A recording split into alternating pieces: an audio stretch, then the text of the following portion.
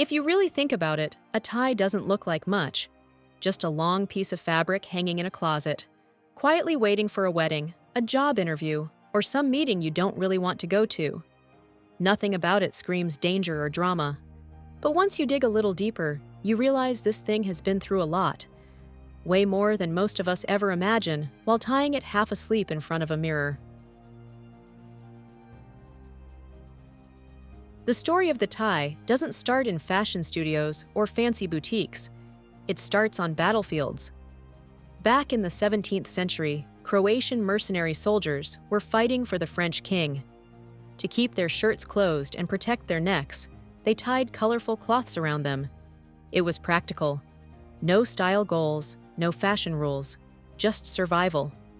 Then one day, the French king noticed them, and instead of seeing tired soldiers, he saw something stylish.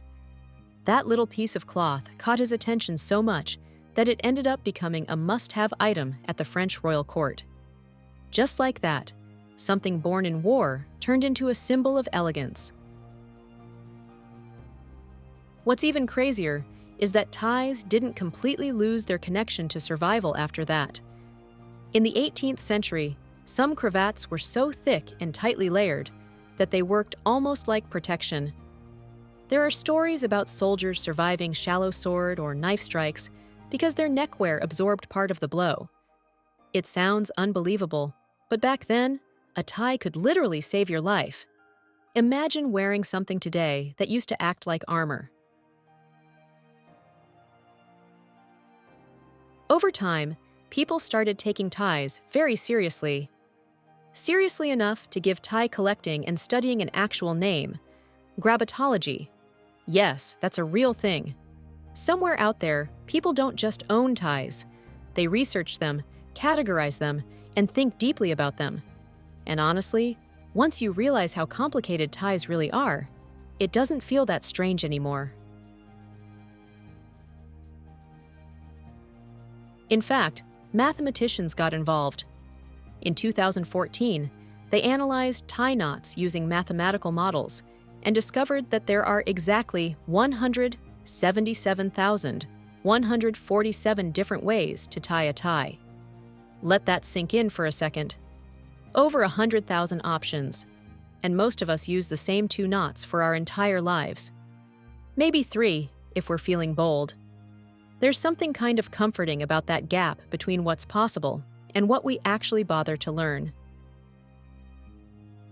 Ties have also always been political, even when they didn't look like it. During the French Revolution, the color of your cravat could reveal which side you were on. Wearing the wrong color wasn't just awkward, it could get you into real trouble. Much later, the tie became political again in Iran after the 1979 revolution.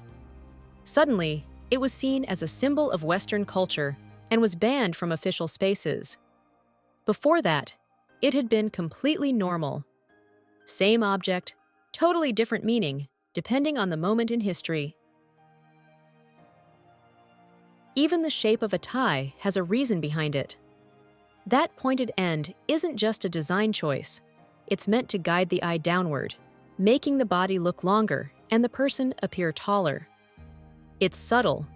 You don't consciously notice it, but it works quietly in the background.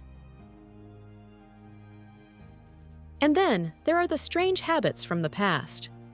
In the 17th and 18th centuries, long lace ties weren't just decorative. At fancy parties, some people actually used the end of their tie to wipe their mouth after eating or drinking. No joke. Of course, once fabrics became more expensive and manners changed, that habit disappeared, and napkins thankfully took over. Maybe the most surprising thing is how personal ties used to be. Touching another man's tie knot wasn't casual or friendly. It was a serious insult. The knot was considered a kind of personal signature. Messing with it could easily start a fight, and sometimes even lead to a duel, all over a knot.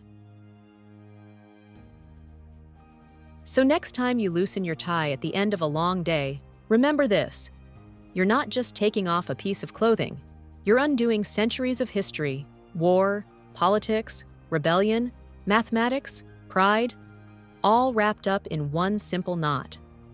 Not bad for something most of us learn to tie by watching someone else do it and hoping for the best.